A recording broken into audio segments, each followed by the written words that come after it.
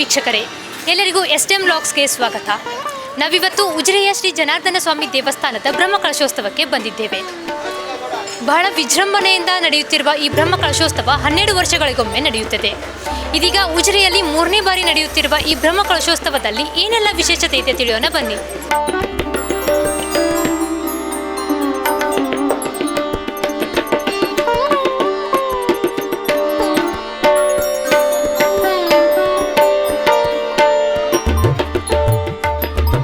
ನಾವೀಗ ಜನಾರ್ದನ ಸ್ವಾಮಿ ದೇವಸ್ಥಾನದ ದ್ವಾರದ ಬಳಿ ಇದ್ದೀವಿ.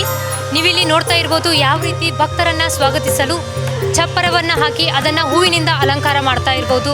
ಅದೇ ರೀತಿ ಇಲ್ಲಿ ಚಪ್ಪರವನ್ನು ಹಾಕಲು ಕಂಬಗಳನ್ನು ಬಳಸಿದ್ದಾರೆ. ಆ ಕಂಬಗಳನ್ನು ಅಡಿಕೆ ಮತ್ತು ತೋರಣಗಳಿಂದ ಯಾವ ರೀತಿ ಶೃಂಗರಿಸಿದ್ದಾರೆ ಅಂತ ನೋಡ್ಬೋದು. ಈಗ ನೋಡ್ತಾ ಇರುವಂತಹದ್ದು ದೇವಸ್ಥಾನದಲ್ಲಿ ನೂತನವಾಗಿ ನಿರ್ಮಾಣಗೊಂಡ ರಾಜಗೋಪುರ. ದೇವಸ್ಥಾನದ ಆನುವಂಶಿಕ ಮುಕ್ತೇಸರಾದ ಕೀರ್ತಿಶೇಷ ವಿಜಯರಾಘವ ಪಡುವೆಟ್ಟ ಇವರ ಸ್ಮರಣಾರ್ಥವಾಗಿ ಈ ರಾಜಗೋಪುರವನ್ನು ವಿಜಯ ಗೋಪುರ ಅಂತ ಕೂಡ ಕರೀತಾರೆ. ಇದೀಗ ನಮ್ಮ ಜೊತೆ ಶಿವಪ್ರಸಾದ್ ಅವರಿದ್ದಾರೆ. ಈ ರಾಜಗೋಪುರದ ಕುರಿತು ಇನ್ನೂ ಹೆಚ್ಚಿನ ಮಾಹಿತಿಯನ್ನು ಅವ್ರ ಹತ್ರ ತಿಳಿಯೋಣ ಬನ್ನಿ. ರಾಜಗೋಪುರ ಅಂತ ಹೇಳಿದರೆ ಒಂದು ದೇವಸ್ಥಾನದಲ್ಲಿ ಗರ್ಭಗುಡಿ, ಅದೇ ರೀತಿಯಾಗಿ ಪ್ರಾಂಗಣ, ಒಳಗಿನ ಅಂಗಣಗಳು, ಅದೇ ರೀತಿಯಾಗಿ ಇನ್ನಿತರ ಎಲ್ಲ ವ್ಯವಸ್ಥೆಗಳನ್ನು ಕೂಡಿದರೆ ಅದು ಸಂಪೂರ್ಣವಾದಂತಹ ದೇವಸ್ಥಾನ ಅಂತ ಹೇಳ್ತಾರೆ. ಈ ಭವ್ಯ ವಿಜಯ ಗೋಪುರವನ್ನು ಧರ್ಮಸ್ಥಳದ ಧರ್ಮಾಧಿಕಾರಿಗಳಾದ ಡಾಕ್ಟರ್ ಡಿ ವೀರೇಂದ್ರ ಹೆಗ್ಡೆ ಅವರು ಮಾರ್ಚ್ 4ರಂದು ಉದ್ಘಾಟಿಸಿದರು. ಈ ವಿಜಯ ಗೋಪುರ ಸುಮಾರು 61 ಫೀಟ್ ಎತ್ತರವಾಗಿದೆ.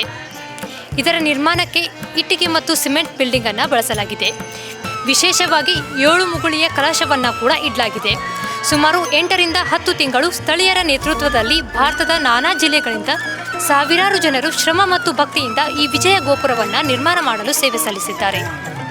ಯಾವುದೇ ರೀತಿಯ ಮಷಿನ್ ಬಳಸದೆ ಕೈಯಲ್ಲಿ ಬಹಳ ಅದ್ಭುತವಾಗಿ ಕೆತ್ತನೆಯನ್ನು ಮಾಡಿದ್ದಾರೆ. ನಾವೀಗ ಬ್ರಹ್ಮಕಲಶೋತ್ಸವದ ಇನ್ನೊಂದು ವಿಶೇಷವಾದಂತಹ ಅನ್ನಛತ್ರದ ಬಳಿ ಇದ್ದೀವಿ. ಈ ಅನ್ನಛತ್ರದ ದ್ವಾರವನ್ನು ಯಾವ ರೀತಿ ಶಿವನ ಮೂರ್ತಿಯಿಂದ ಪ್ರತಿಷ್ಠಾಪನೆ ಮಾಡಿದ್ದಾರೆ ಅಂತ ತಿಳಿಬಹುದು. ಅದೇ ರೀತಿ ಭಕ್ತಾದಿಗಳನ್ನು ಸ್ವಾಗತಿಸಲು ಆನೆಗಳು ಮತ್ತು ಯಕ್ಷಗಾನದ ಮೂರ್ತಿಗಳನ್ನು ಇಟ್ಟಿದ್ದಾರೆ. ಇಲ್ಲಿ ಭಕ್ತಾದಿಗಳಿಗೆ ಯಾವುದೇ ರೀತಿ ಊಟದ ತೊಂದರೆ ಆಗಬಾರ್ದು ಅಂತ 8 ಕೌಂಟರ್ಗಳನ್ನು ವ್ಯವಸ್ಥೆ ಮಾಡಿದ್ದಾರೆ. ಇಲ್ಲಿ ಸಾವಿರಾರು ಭಕ್ತಾದಿಗಳು ಪ್ರತಿದಿನ ಊಟವನ್ನು ಮಾಡ್ತಾ ಇದ್ದಾರೆ. ನಾವು ಬ್ರಹ್ಮಕಲಶೋತ್ಸವದ ಇನ್ನೊಂದು ವಿಶೇಷವಾದಂತಹ ಸಮೃದ್ಧಿ ಹಸಿರುಮನೆ ಉಗ್ರಾಣದ ಹತ್ರ ಇದ್ದೀವಿ. ಹಾಗಾದರೆ ಇದರ ವಿಶೇಷತೆ ಏನು ಅಂತ ರವೀಂದ್ರ ಶೆಟ್ಟಿ ಅವರ ಹತ್ರ ತಿಳಿಯೋಣ ಬನ್ನಿ.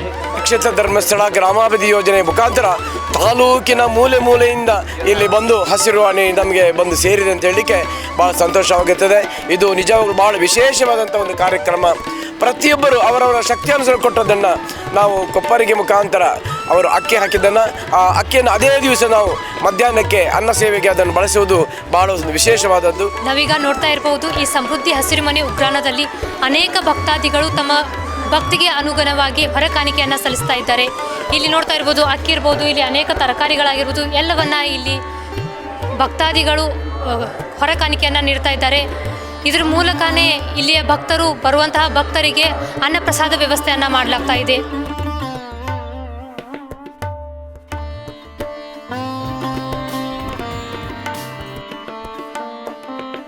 ನೋಡಿದ್ರಲ್ಲ ವೀಕ್ಷಕರೇ, ಯಾವ ರೀತಿಯಾಗಿ ಬ್ರಹ್ಮಕಲಶೋತ್ಸವ ವಿಜೃಂಭಣೆಯಾಗಿ ನಡೀತಾ ಇದೆ ಅಂತ.